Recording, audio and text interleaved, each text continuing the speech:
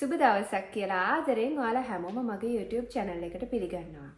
ඇත්තටම මම අද කතා කරන්න හිතුවේ මගේ ජීවිතේ අමතක නොවන සිදුවීමක්. ඒ කියන්නේ මගේ හදවතට ගොඩාක් දැනුණු සිදුවීමක් ගැන කතා කරන්න. ඒ කියන්නේ මගේ birth story එක ගැන කතා කරන්න. මේක ඇත්තටම delivery room එකේදී බබා කොහොමද ලැබුණේ කියන එක ගැන නෙවෙයි මට කතා කරන්න ඕන උනේ. ඇත්තටම මේ වෙලාවේ බබාලා ලැබුණු කෙනෙක් හරි බබෙක් ලැබෙන්න බලාගෙන ඉන්න කෙනෙක් හරි සැලසුම් කරන කෙනෙක් හරි ඒ ගොඩක් අය මේක දිහා බලාගෙන ඇති. එතකොට මට කියන්න ඕනේ අපි බබෙක් ලැබෙද්දී අපි හිතනවට වඩා ධෛර්යයක් ශක්තියක් අපේ අයින් ඇතුලෙන් අපිට ලැබෙනවා. මට ඇත්තට මේ ගැන තමයි කතා කරන්න ඕනේ. හැම බර්ත් ස්ටෝරි එකක්ම එක වගේ නෙවෙයි. ඒක ගොඩක් වෙනස්. ඒක කෙනාගෙන් කෙනාට එක කෙනාගේ සෞඛ්‍ය තත්ත්වය මත ගොඩක් දේවල් මත ඒක වෙනස් වෙන්න පුළුවන්. සමහර විට ඔයාගේ බර්ත් ස්ටෝරි එක ගොඩාක් ස්මූත් ගොඩක් අපහසුතාවන් වලට පත් වෙන්නේ නැතුව බබා ලැබුණු කෙනෙක් වෙන්නත් පුළුවන්. ඒ වගේම ගොඩක් අසීරු අවස්ථාවන් වලට ලක් වෙලා බබා ලැබුණු කෙනෙක් වෙන්නත් පුළුවන්. ඒ කොහොම වුණත් ඒ මොන විදියට ඔයාගේ දරුවා ඔයා මේ ලෝකෙට බිහි කරාත් ඔයාගේ ඇඟ ඇතුලේ ලොකු ශක්තියක්, ස්ට්‍රෙන්ත් එකක්, ධෛර්යයක් තියෙනවා. ඒක හැම අම්ම කෙනෙක්ටම එක සමානව තියෙනවා. මගේ කතාව පටන් ගන්න මෙහෙමයි. ඇත්තටම මට ට්වින්ස්ලා හම්බෙන්න ඉන්නවා කියලා දැනගත්තම මගේ පවුලේ අය, මගේ හස්බන්ඩ්ගේ පවුලේ අය හැමෝම ගොඩාක් සතුටු වුණා. මගේ පවුලේ පළවෙනිම කෙනා මම තමයි නියුන්නු හම්බ වෙන්න හිටියේ දවසල. ඉතින් ගොඩාක් සතුටු වුණා. ඒ අතරේ මගේ අම්මා ටිකක් කනසල්ලටපත් වුණා. ඒ වගේ මෙයා පොඩ්ඩක් බයෙන් හිටියා. මොකද මේක අලුත් අත්දැකීමක්. ඒක මොන විදියට මට බලපායිද දන්නේ නැහැ කියන එක. ඉතින් ওই විදියට දවස් ගෙවිලා ගියා. හරිම ලස්සන දවස්. මං ගොඩක් සතුටු වුණා ඒ දවස්වල. මොකද හැම වෙලාවෙම යාලා වැඩිද්දි මට දැනුනේ පුංචි හදවත් දෙකක් මගේ ඇඟ ඇතුලේ ගැහෙනවා නේද කියලා. ඉතින් ඒ වගේ දවස් ටිකින් ටික ගෙවිලා ගියා. ඒ සුන්දර දවස් අතරේ ටික ටික අසීරු දවස්, අභියෝග වලට මුහුණ දෙන දවස් තිබුණ නැත්තේ නෑ. ඉතින් මගේ ડોක්ටර් මට කියලා තිබුණ විදිහට මට තිබ්බේ high risk pregnancy එකක්. ඒ කියන්නේ අධි අවදානම් කලාපයේ තිබුණු pregnancy එකක් තමයි මට තිබුණේ. මොකද මගේ දරුවෝ දෙන්නම පිරිමි ළමයි. ඒ දෙන්නම හිටියේ එකම සැක් එකක් ඇතුලේ. කියන්නේ එකම වෝටර් බෑග් එකක් ඇතුලේ තමයි ඒ දෙන්නා හිටියේ. ඒ දෙන්නා වෙන් වුණේ පුංචි පටලකින් විතරයි. ඉතින් ඒ දෙනාට අවශ්‍ය පෝෂණය, රුධිරය හැමදේම එකම නාලකින් තමයි යාලට ලැබුණේ. ඉතින් මේ හේතුව නිසා මගේ ડોක්ටර් නිර්දේශ කරා හැම සති දෙකකටම වතාවක් ස්කෑන් එකක් කරලා බලන්න ඕනේ. ඒ අතර නිතර කෙරෙන බ්ලඩ් ටෙස්ට් ටිකක් තිබුණා. මොකද සමහර වෙලාවට ඒ දෙන්න වර්ධනය වෙද්දී එක දරුවෙකුට වැඩිපුර ඒ අවශ්‍ය දේවල් ලැබුණොත් අනිත් දරුවා දුර්වල වෙනවා. එහෙම වුණොත් අපිට ගොඩක් කලින් බබාලා දෙන්නව එළියට ගන්න වෙනවා. මොකද එක දරුවෙක් ගොඩක් දුර්වල වුණොත් එයාට ජීවත් වෙන්න අමාරු වෙන නිසා. ඒ නිසා ආදරය දෙගුණ වෙනවා වගේම එතන තියෙන රිස්ක් එක තව දානමත් දෙගුණ තෙගුණ වෙලා මට ලැබුණා. ඉතින් මේ ප්‍රෙග්නන්සි ජර්නි එක ඇතුලේ මට ටිකෙන් ටික බබාලා ලොකු වෙද්දී මට ටික හයි රිස්ක් ප්‍රෙග්නන්සි එකක එන සාමාන්‍යයෙන් කිව්වොත් සියලුම අවදානම් තත්ත්වයන් මට ඇති වුණා. ඒ කියන්නේ අධිරුධිර පීඩනය, කියන්නේ high blood pressure ආවා, gestational diabetes, ඒ කියන්නේ ගර්භණී කාලය ඇතුළත ඇතිවන දියවැඩියාව, nose bleeding, ඒ වගේම මගේ මූණ, ඇඟ සේරම pigmentations, ඒ කියන්නේ අඳුරු වර්ණය වෙන්න පටන් ගත්තා. ඊට පස්සේ ඊට අමතරව මගේ ඇඟේ ගොඩක් අවස්ථාවල මුළු ශරීරයෙන් වගේ කසන්න පටන් ගත්තා. ඒකත් හැම කෙනෙකුටම වෙන දේවල් නෙවෙයි. මගේ තව යාළුවෝ ඉන්නවා. එයාලට ට්වින්ස්ලා හම්බෙලා තිනවා. එයාලට කිසිම විදිය දේවල් වෙලා තිබුණ නැහැ. නමුත් එක්කෙනාගේ ශරීර තත්ත්ව, ජානව ගොඩාක් දේවල් මත තමයි එක තත්වයන් වලට මුහුණ දෙන්න වෙන්නේ. ඉතින් මට අවාසනාවකට ඒ හැම දෙයකටම මුහුණ දෙන්න උනා. හැබැයි මම ඒ හැම තැනකදීම මගේ හිත ගොඩාක් ශක්තිමත් කරගෙන හිටියා. මට මේ මොන තරම් අපහසු දේවල් වුණත් මට මගේ ප්‍රධානම අරමුණ උනේ මගේ දරුවෝ දෙන්නව ගොඩක් නිරෝගීව තියාගන්න ඕනේ. යාළුවෝ නිරෝගීව වැඩෙන්න ඕන කියන එක විතරයි මගේ හිතේ තිබුණේ. මගේ ඩොක්ටර් මට රෙකමන්ඩ් කරා අපි සති 37න් බබාලා දෙන්නව සීස කරලා ගමු කියලා. හැබැයි මේ හැමදේම වෙනස් වුණා මට සති 34 වෙද්දි. මොකද සති 34දී මගේ ඇඟේ කසන ගතිය ඒව ගොඩක් වැඩි වුණා. ඒ නිසා බ්ලඩ් ටෙස්ට් කරා සිකුරාදා වගේ දවසක. සෙනසුරාදා මට කෝල් එකක් ආවා ඩොක්ටර්ගෙන්. ඔයා ඉක්මනටම ඉමර්ජන්සි යන්න. මොකද ඔයාගේ රිපෝට් එක එච්චර හොඳ නෑ කියලා. ඊට පස්සේ මම හොස්පිටල් එකට ඉමර්ජන්සි එකට ගියාට පස්සේ යාළුවා මාව ඇඩ්මිට් කරගත්තා. ඊට පස්සේ කොහොමගේ පරීක්ෂණ කිහිපයක් කරන්න ඕන. මොකද මගේ ඇල්බියුමින් ලෙවල් එක ගොඩක් වෙනස් වෙලා තියෙන්නේ. ඒ නිසා ඒක මගේ අක්මාවට බලපාන්න පුළුවන්. ඒ නිසා යාළුවට පරීක්ෂණ කරන්නත් වෙනවා. යම් ප්‍රතිකාර කරන්නත් වෙනවා කියලා. ඒ අතරතුර මම එදා උදේ හොස්පිටල් එකට යන්නේ දීදී මම දැක්ක මගේ ඇසුත් පොඩක් කහපාටලා තියෙනවා. ඉතින් මේ හැමදේම මේ එකම දෙයක් නිසා තමයි සිද්ධ වුනේ. ඊට පස්සේ හොස්පිටල් එකේ මම දවස් 3ක් හිටියා. සැප්තැම්බර් 11 වෙනිදා ඩොක්ටර් මට කිව්වා ඔයාට ගොඩක් දුරට හෙට ගෙදර යන්න පුළුවන් කියලා. ඉතින් මම ගොඩක් සතුටු වුණා. මගේ දුවත් මම දැන් දවස් 3කින් විතර හරියට දැකලත් නැහැ. ඒ නිසා මට ගෙදර ගිහින් රෙස්ට් කරන්න පුළුවන් වෙයි කියලා. හැබැයි ඒකත් මං හිතපු විදියට උනේ නැහැ. මොකද 12 වෙනිදා උදේ පාන්දර 4ට වගේ මට පොඩි බඩ රිදෙන්න ගත්තා. මං හිතුවා ඒ කියන්නේ මට සාමාන්‍යයෙන් ગેස්ට්‍රයිටිස් ආවමත් එහෙම වෙනවා. මට ඒ වගේ වේදනාවක් දැනෙන්නේ. ඉතින් මම නර්ස්ට කිව්වම එයා මට ગેස්ට්‍රයිටිස් වලට දෙන සිරප් එක දුන්නා. ඊට පස්සේ මං ඒක බීලා හිටියා. මං හිතුවා මට අඩු වෙයි කියලා. නමුත් මට ඒ වේදනාව තවත් දැනුණු නිසා මම නර්ස්ට කිව්වා. ඊට පස්සේ එයා ඇවිත් කිව්වා ඔයා ගිහිල්ලා ෂවර් එකක් දාගෙන ඇවිල්ලා ටිකක් නිදිය ගන්න. තාම උදේ පාන්දරනේ. සමහරට ඊට පස්සේ ඔයා රිලැක්ස් වෙයි කියලා. ඊට පස්සේ මම ඒ වෙලාවේ ගිහිල්ලා වොෂ් එකක් දාගෙන ආවා. ඒ වුණාට කියපු විදියට උන්නේ මට තව ටිකක් අමාරු වුණා. හැබැයි ඒක දරුවෙක් ලැබෙනකොට එන වේදනාවක් වගේ දෙයක් නෙවෙයි. කියන්නේ ඒ තරම් දරුණු ඒ තරම් අමාරු වේදනාවක් නෙවෙයි මට ආවේ කියන්නේ. මගේ දුවත් මට නෝමල් ලැබුණේ. ඉතින් ඒන තරම් වේදනාවක් ආවේ නැහැ. ඒක මට දරාගෙන ඉන්න පුළුවන් සාමාන්‍ය ප්‍රමාණ වේදනාවක් තමයි ආවේ. ඉතින් මම කිව්වා මට තාමත් ටිකක් අමාරුයි. එහෙම කිව්වට පස්සේ යාලා තව ගොඩක් මගෙන් ප්‍රශ්න අහලා ඉවර වෙලා චෙක් කරලා බලලා කිව්වා ඔයා ඩයලේට් වෙලා කසුනි. ඔයාට දැන් බබාලා නෝමල් හම්බ වෙන්න යන්නේ කියලා. එතකොට මම ඇත්තටම තනියම හිටියේ හොස්පිටල් එකේ. මට පොඩ්ඩක් බය හිතුණා. මොකද මගේ දුව මට නෝමල් හම්බුණත් මෙතන දරුවෝ දෙන්නෙක් නේ. ඒ නිසා ඒක මගේ ශරීරයට මොන විදියට බලපායිද මට ඒක මගේ ඇඟට දරා ගන්න පුළුවන් වේද කියලා දන්නේ නැති නිසා මට ඇත්තටම බය හිතුණා. ඊට පස්සේ මම කිව්වා මට බයයි නෝමල් ඩිලිවරි එකකට යන්න අපි සීසර් කරලා බබාව ගමු කියලා. ඊට පස්සේ එයා කිව්වා හරි අපි බලමු. අපි චෙක් කරලා බලලා ඉවර වෙලා තීරණයකට එමු කියලා. ඊට පස්සේ යාලා මාව අරගෙන ගිහිල්ලා බලද්දී යාලා කිව්වා මගේ 5 cm වලට එනකම මම ඩයලේට් වෙලා තියෙන්නේ කියලා. ඊට පස්සේ මට හිතුණා ඒ කියන්නේ මට දරා ගන්න පුළුවන් තරම් වේදනාවක් නෑ. මට පොඩි සතුටකුත් ආවා. ඒ කියන්නේ මට දැන් බබාලා මෙච්චර එන්න ලඟ වෙලා තියෙද්දිත් මට එහෙම ලොකු වේදනාවක් ආවේ නෑනේ. ඒ නිසා මම දන්නේ මට කොහෙන්ද ඒ ශක්තිය ආවේ කියලා. මම කිව්වා මම කැමති අපි නෝමල් විදියට බබාලා දෙන්නම ගමු කියලා. ඊට පස්සේ හරි කියලා එයාලගේ හાર્ට් රේට් එක අනිත් බලන දේවල් බලද්දි කිව්වා කසුනි අපිට මේක කරන්න විදියක් නැහැ. මොකද එයාලගේ හાર્ට් එක දරුවෙක්. ඒ කියන්නේ ට්වින් බී මගේ පුංචි පුතාගේ චූටිත් කෙනා බබාගේ හાર્ට් රේට් එක ගොඩක් අඩු වෙගෙන යනවා. ඒ වගේම එයා ඉන්න පොසිෂන් එකත් එක්ක අපිට නෝමල් ඩිලිවරි එකට යන්න බෑ. ඉමර්ජන්සි සී සෙක්ෂන් එකකට යන්න වෙනවා කියලා. ඉතින් එතකොට මගේ හස්බන්ඩ්නුත් ළඟ හිටියේ නෑ. මොකද එයා බබත් එක්ක ගෙදර. මොකද මේ උදේ පාන්දරනේ. ඊට පස්සේ මට එතන හරිම සීතලක් දැනෙනවා. මම කිව්වා මට හරිම සීතලයි මගේ සොක්ස් දාන්න කියලා. එතකොට එයාලා කිව්වා ඒ නර්ස් එතන හිටපු නර්ස් ගොඩක් කලබල වෙලා හිටියා. මගේ දිහා බලලා කිව්වා කසුනි ඔයාට සොක්ස් දාන්න තරම්වත් අපිට වෙලාවක් නෑ. අපිට ඉක්මනට ඔයාව තියටර් එකට අරගෙන යන්න වෙනවා. ඉක්මනට ඉමර්ජන්සි සී සෙක්ෂන් එකකට අපිට යන්න වෙනවා කියලා. ඊට පස්සේ මගේ ෆෝන් එක අරගෙන යාලා ඩොක්ටර් කෙනෙක් හස්බන්ඩ්ට කතා කරා. පස්සේ මට හස්බන්ඩ් කිව්වේ යා හොස්පිටල් එකට එන ගමන් ට්‍රැෆික් එකේ ඉඳිදි තමයි යාට කතා කරලා කියලා තියෙන්නේ මේම දැන් ඉමර්ජන්සි සී සෙක්ෂන් එකකට යන්න වෙනවා කියලා.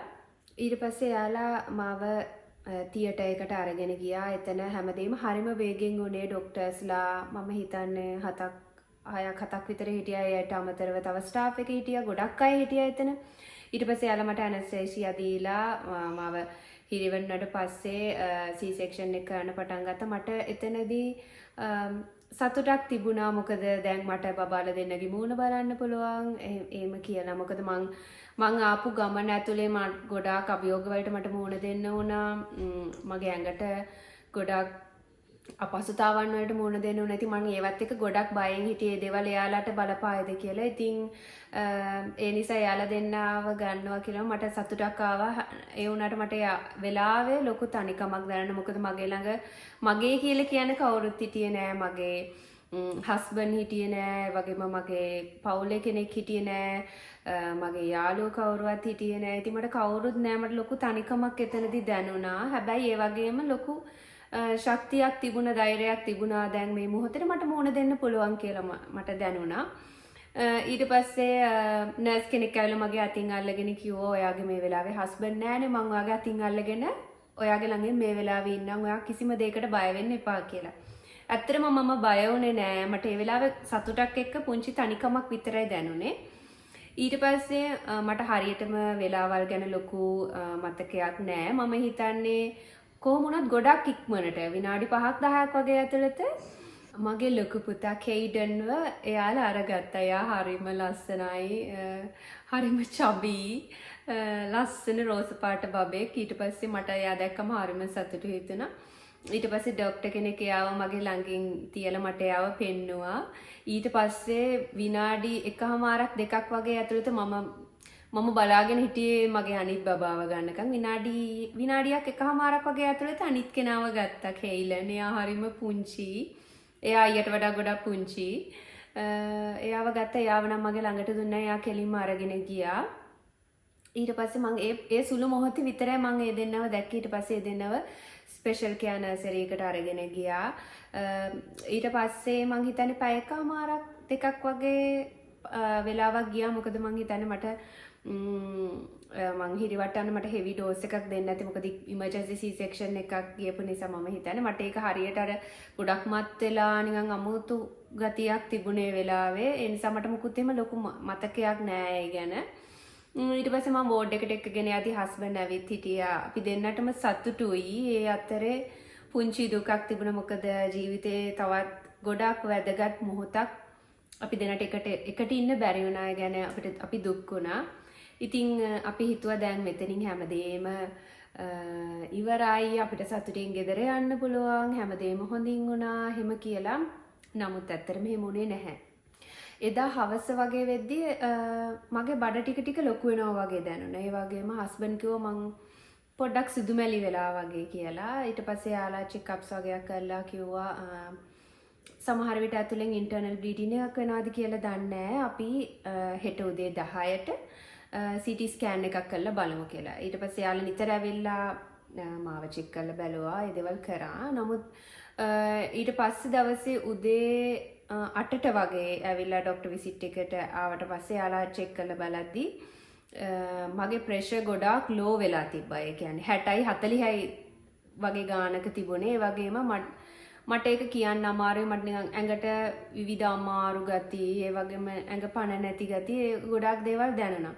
ඊට පස්සේ යාලා ගොඩක් දේවල් ඒ වෙලාවේ චෙක් කරලා මාව ටක් ගාලා ඒ වෙලාවෙම ඩොක්ටර්ස්ලා 4-5ක් ආවා වෝඩ් එකට. ඇවිල්ලා යාලා මාව බලලා ඉවර වෙලා යාලා සේරම මගේ ඇඳත් අරගෙන ලිෆ්ට් එකට දුවන්න ගත්තා. මට නිකන් ඒ වෙලාවේ හරිනිකන් ඉංග්‍රීසි මූවි එකක් වගේ එක මට දැනුනේ. මොකද ඒ වෙලාවේ ඩොක්ටර්ස්ලා 4-5ක් විතර ඒ තව ස්ටාෆ් එකේ දෙන්නේ 3 දෙනෙක් විතරයි. සේරම මගේ ඇඳ අරගෙන දුවනවා. මට එහෙම ලොකු ඒ ගැන මතකයක් නෑ. මොකද මං හිතන්නේ මගේ ප්‍රෙෂර් ගොඩක් ලෝ වෙච්ච නිසා හරි ගොඩක් හේතු ඒකට වෙන්නේ නැති. මොකද මගේ බ්ලඩ් ගොඩාක් ඉන්ටර්නල් බ්ලීඩින් එකක් නිසා ගිහිල්ලා තිබුණා. ඒ නිසා මං හිතන්නේ මට ඇඟට පණ නැති වෙලා තියෙන්නේ නැති. මට හිතෙන්නේ මට පොඩි වෙලාවකදී මට කියන්නේ මම හිතන්නේ විනාඩියක් වගේ වෙලාවකදී මම එතන ඉන්නවා. මට එයාලා මෙහෙම මාත් එක්ක කතා කරනවා වගේ ඇහෙනවා. එයාලා ඇඳ අරන් දුවනවා ඒව පේනවා. ආයෙත් විනාඩියක් වගේ මට නිකන් නිින්ද ගිහින් වගේ දෙයක් මට දැනුනේ. කියන මට නිින්ද යනවා ආයිත් අවදි වෙනවා වගේ දෙයක්. මං හිතන්නේ මට සිහිය නැති වෙනවා ආයි පියවිසියට එනවා. ඒ අතර මොනවා හරි දෙයක් තමයි වෙන්නේ නැත්තේ. ඊට පස්සේ යාළුවා එහෙම අරගෙන ගිහිල්ලා මට ගොඩක් අමාරු වෙලා තිබුණේ වෙලාව. ඊට පස්සේ යාළුවා CT ස්කෑන් එක කරලා මට බ්ලඩ් ට්‍රාන්ස්ෆියුෂන් කරන්න පටන් ගත්තා. මොකද ඊට පස්සේ සර්ජන් ඇවිත් මාත් එක්ක මගේ සර්ජරි එක කරන සර්ජන් ડોක්ටර් ඇවිත් මාත් එක්ක කතා කරා. එයා කිව්වේ ඒ වෙලාවේදී මට පොඩ්ඩක් පොඩි අර ඒ සිහිය නැති වුණු ගතිය ගොඩක් අඩු වුණා. මං හිතන්නේ මට යාලා මගේ ඇඟට බ්ලඩ් දීපු නිසා එයා කිව්වේ මගේ කියන්නේ බ්ලීඩ් වෙලා තියෙන්නේ එළියට නෙවෙයි ඇතුළට. ඒ කියන්නේ ඉන්ටර්නල් බ්ලීඩින් එකක් වෙච්ච නිසා මගේ ඇඟ ඇතුලේ ලොකු බ්ලඩ් ක්ලොට් එකක්, ඒ කියන්නේ ලේ කැටියක් වගේ එකතු වෙලා හැදිලා තියෙනවා. ඒ නිසා යාලට ඕපන් සර්ජරි එකක් කරන්න වෙනවා. දැන් මගේ C section එක කරපු තැනම ආයිත් එතනින් මෙයාලා ආයිත් මහොන් ගලවලා ආයිමත් ඔපරේෂන් එක කරලා වහනවා. එහෙම තමයි යාලා මට කිව්වේ. ඉතින් ඒකට පැය 5ක් 6ක් වගේ යනවා. එහෙම කියලා ඉතින් යාලා ඒ දේවල් කතා කරලා ඉවර වෙලා මගේ සර්ජරි එක කරලා තියෙනවා. පැය 5ක් 6ක් වගේ ගිහින් තියෙනවා. කොහොමුණත් මගේ සර්ජරි එක කරලා ඉවර වෙලා මට සිහියෙtti මට මුලින්ම එතන ડોක්ටර්ස්ලා වගේ කට්ටිය කතා කරනවා වුණා. ඊට පස්සේ මම ඇස්සරලා බලද්දි මට නිකන් ලොකු ආලෝකයක් වගේ දෙයක්, හරිම නිදහසක්, අර තිබුණු ලොකු වේදනාවල් ගොඩාක් නැති වෙලා වගේ දෙයක් දැනුනේ. නමුත් මට එහෙම කවුරුත් මගේ බබාලවත් හස්බන්ඩ්වත් මුකුත් ඒ වෙලාවේ මතක් වුණේ නෑ. මම හිතුවා මට කිසිම දෙයක් ඒ කියන්නේ ඒ වෙලාවේ මම දැකපු දේවල් දිහා විතරයි බලාගෙන හිටියේ. මට වෙන කිසිම දෙයක් මගේ මතකෙට ඇවිත් තිබුණේ නෑ.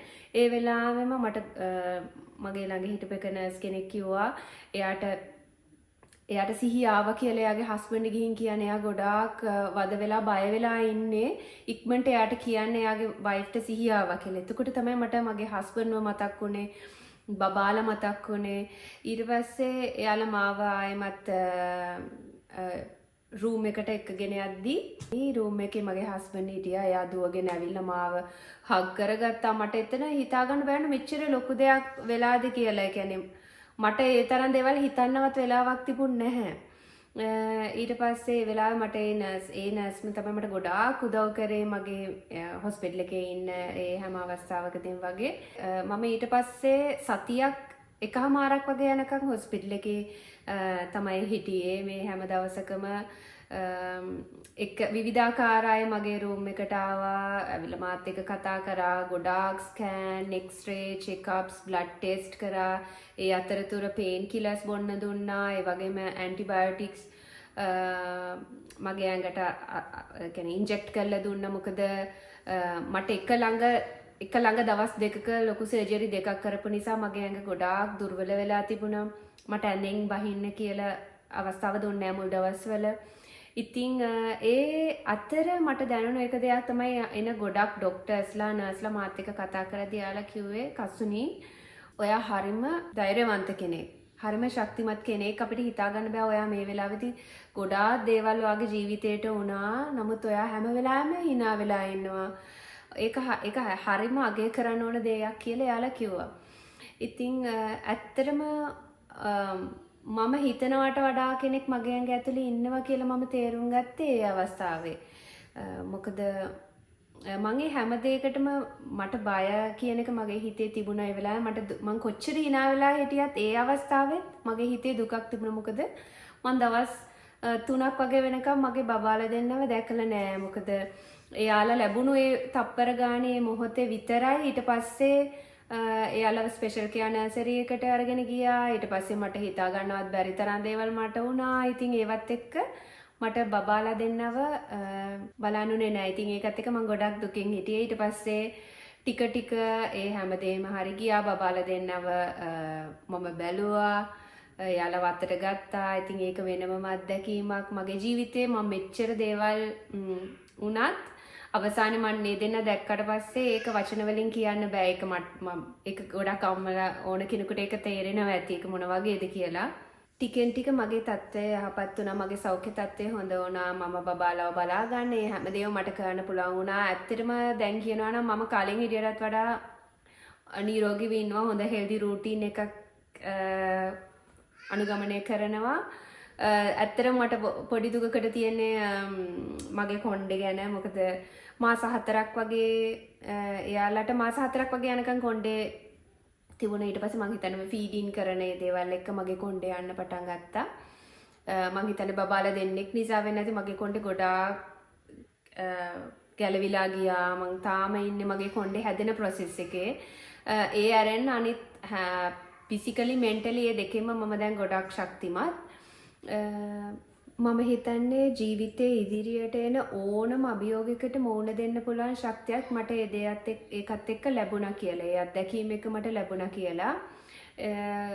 ගෑනු කෙනෙක් විදියට ඔයා සමහර විට තාම මැරි කරපු නැති කෙනෙක් වෙන්න පුළුවන්. අම්මා කෙනෙක් වුණත් අම්මා කෙනෙක් වෙන්න බලාපොරොත්තු වෙන ඉන්න කෙනෙක් වුණත් ඔයා හිතන්නේ නැති ගොඩාක් ලොකු ශක්තියක් ඔයාගේ ඇඟ ඇතුලේ තියෙනවා. සමහර වෙලාවට අපිට ඒක අවබෝධ වෙන්නේ අපිට හිතා ගන්න බැරි හරි අපහසු අවස්ථාවන් වලට අභියෝග වලට මුහුණ දුන්නට පස්සේ ඒ අවස්ථාවෙන් පස්සේ තමයි ඔයාගේ ඇඟ ඇතුලේ ඉන්න කෙනා කවුද කියලා ඔයාට අවබෝධ කරගන්න පුළුවන් වෙන්නේ. ඉතින් ඇත්තටම මම මේ වීඩියෝ එක කරන එකේ ප්‍රධානම අරමුණ උනේ තව කෙනෙක් ප්‍රෙග්නන්සි එකකදී වෙන දේවල් ගැන කියලා බය කරන්නවත් එහෙම දෙයක් නෙවෙයි. ඇත්තටම ගෑනු කෙනෙක් කියන්නේ ගොඩක් ශක්තිමත් කෙනෙක් කියන එක පෙන්නන්න. මොකද මම කවුද කියන එක ගොඩක් තේරුම් ගත්තේ මගේ බබාලා ලැබුණාට පස්සේ. මම ගොඩක් ජීවිතේ ගොඩක් දේවල් ඉගෙන ගත්තා. මම ගොඩක් සතුටින් ඉන්නේ දැන්. ඒ හැමදේම ඒ කියන්නේ මම කලින් සතුටින් හිටියේ නෑ කියලා නෙවෙයි මම කියන්නේ. මම කියන්නේ ජීවිතේ අපි ගොඩාක් බබාලා ලැබුණාට පස්සේ ගොඩක් අභියෝග වලට මුහුණ දෙනවා. ඒ දේවල් ඒ හැම දෙයක්ම කරගන්න පුළුවන් ශක්තියක් මට ලැබුණේ මේ දේවල් නිසා කියලා මම හිතනවා. ඉතින් ඒ වගේ ගොඩක් අමාරු අසිරු අවස්ථාවකට මුහුණ දෙද්දී ඒ අවශ්‍ය ශක්තිය ධෛර්යය ඔයාලට ලැබෙන්න කියලා මම ප්‍රාර්ථනා කරනවා. ඉතින් මේ වගේම තවත් වීඩියෝ එකකින් නැවත හමු වෙනකන් ඔයාලා හැමෝටම සුබ දවසක්.